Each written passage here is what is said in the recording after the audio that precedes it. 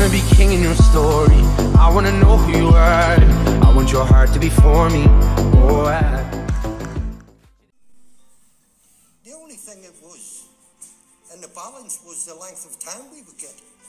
And Donaldson, on the 22nd of October 1975, when we were found guilty of a crime we didn't commit, said that he wanted an oath from the Home Secretary, why the proper legislation was no longer on the statute book, why hanging wasn't available as a sentence to him. And he looked at us, myself, Carl Richardson, who's now dead, by the way. Carl died last year, 55 years of age, several breakdowns in prison, being administered mind-altering drugs, came out to a world she didn't understand,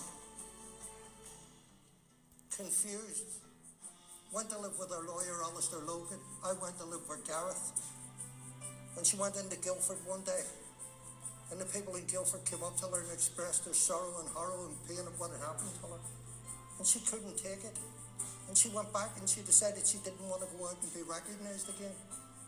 So she ate herself to 22 stone and was still taking psychotic drugs from the legacy of the horror she went through at prison. And in my head, I still hear Carol's screams on the 22nd of October when they dragged her down the stairs, and could hear her feet being dragged along the corridor by male screws, and the whimpering of her and the howls of her, and then the doors opening and them going in and administrating an injection to her to calm her down. Carol was never the same. Carol's dead now. 15 years for something I didn't do, for something I didn't know anything about. Innocent people railroaded to jail on the back of what they were allowed to do to innocent Irish people. And they wanted to hang us. But I always knew I was going to get released because I shouldn't have been there. I didn't deserve to be there. I'd done nothing except be Irish. And when they released me, my father's words were burning into my brain. The last time I seen my father alive was Friday the 18th of January 1980, and taken up to the room he was in. And it was full of people in suits. The corridor was full of people, policemen in uniform with guns. And I'm reaching out to hold my hand and trying to pull the oxygen mask off his face. And I'm saying to me, I'm dying. You're never going to see me again. But don't be worrying. My death's going to be the key that opens the door to your cell that gets you out. And when you get out, you go out the front door, because you remember they put us in the back door. And that's what I did. I went out. And burning in my brain was Paddy Hill, who lived in the cell across from me in Gartree for the last 2 years of my sentence. Paddy used to do marquetry, and every night it would be sanding and varnishing. And I often wondered, was he doing the sanding and varnishing to cover the tears and the whimper of missing his family? And Paddy came out and we fought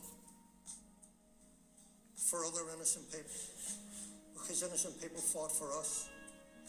And Paddy set up Mojo, the Miscarriage of Justice organisation, and he set it up out of his own compensation, because we haven't let this go, because we haven't had justice. Tony Blair apologised in 2005, but did he mean it? No. It was electioneering, it was to get Irish votes in England. That's what it was about. But we met Marie Eagles, who was the Undersecretary to Jack Straw at the Ministry of Justice. And she came out of the side door and she went over to me and Paddy and she started crying.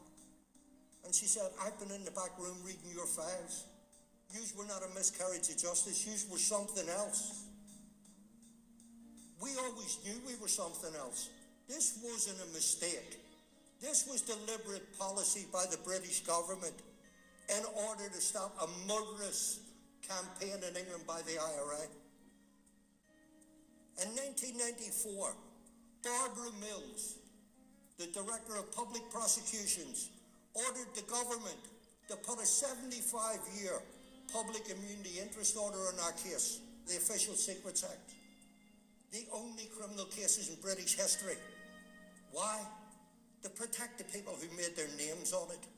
And let me tell you who they are. Michael Havers, who prosecuted us, who withheld evidence. Thatcher made him Attorney General, and then Lord Chancellor. Imbert, the policeman who was the negotiator between the Balcombe Street and the Special Branch, he was a run-of-the-mill detective sergeant. He organised the perjury. They made him head of the Metropolitan Police. Thatcher knighted him, and Blair made him a lord. And when he was made a lord, Blair also offered Gareth Pearce an OBE for her services to justice. And when Gareth heard that Imbert was having an investiture at the same time, she turned it down. But I'll tell you what, I wish there had been a Julian Assange, an Edward Snowden, a Bradley Manning around when we were in jail to get unearth the papers that the government are holding and refusing to let the public see.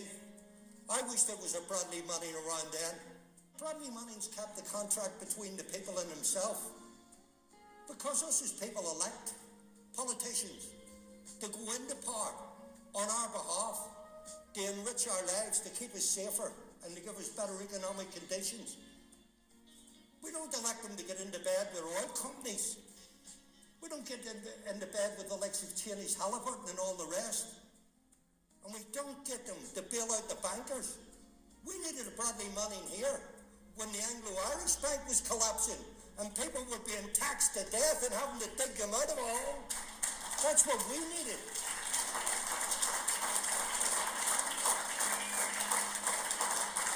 And you've got to ask yourself, are we richer and wiser because of what Bradley Manning did? You bet your arse we are.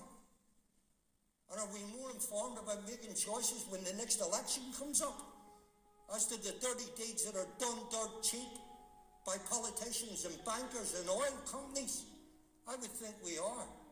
But what Bradley Manning did was expose the horror of what governments expect their children, their sons and daughters to do on their behalf. The pretext of going to war to liberate people, who the ally is now the enemy, and the enemy is now the ally. We all need to be aware of what is being done in our name, because it's not my name they're doing it in. I didn't vote for a politician to take me to war, or to take my country to war, or to send young men and women to war, to be blown up and shot, some of them coming back without limbs, some of them coming back so traumatized that they become outside of society. That's not what you get politicians into power for. We have to stand up and say to them, you represent us, not big business, not Fannie Mac, not mortgage companies, not JP Morgan, not Chase America. We need them to enrich our lives, not destroy our lives. At times like this, people are sitting in cells across the world and they can't hear our voices. But if we talk about it and debate it and encourage others to become part of it, they will hear our voice. And not only will they hear our voice, but the politicians will hear our voice. It was people power that got the Guildford 4, the Birmingham Six out of jail. And it's been people power that's got everybody else out of jail. Politicians are there to represent us, not to talk down to us. Because if they talk down to us, we have the choice never to elect them again. We need them to fulfill the contract that they make with us. We need to hold them to that contract. And I just like to say, I could have been hung for something I didn't do. And thank God, the capital punishment is no longer in existence in England. Thank you very much.